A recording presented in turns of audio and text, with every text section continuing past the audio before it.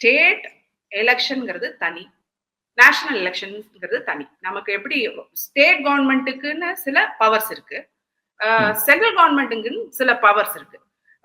ஒண்ணு வந்து இன்னொன்னுக்கு சபார்டினேட் கிடையாது.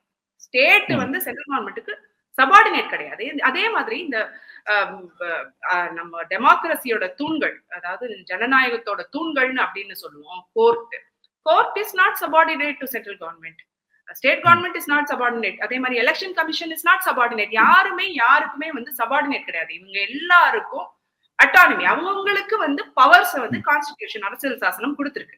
சென்ட்ரல் கவர்மெண்ட்டுக்கு இதுதான் பவர்ஸ், ஸ்டேட்டுக்கு இதுதான் பவர்ஸ், கோர்ட்டுக்கு இதுதான், எலெக்ஷன் கமிஷனுக்கு இதுதான், சிபிஐக்கு இதுதான் அப்படின்னு ஒவ்வொரு இன்ஸ்டிடியூஷனுக்கும் ஒவ்வொரு பாடிக்கும் அரசியல் சாசனம் வந்து டிஃபைன் பண்ணி பவர்ஸ கொடுத்திருக்கு.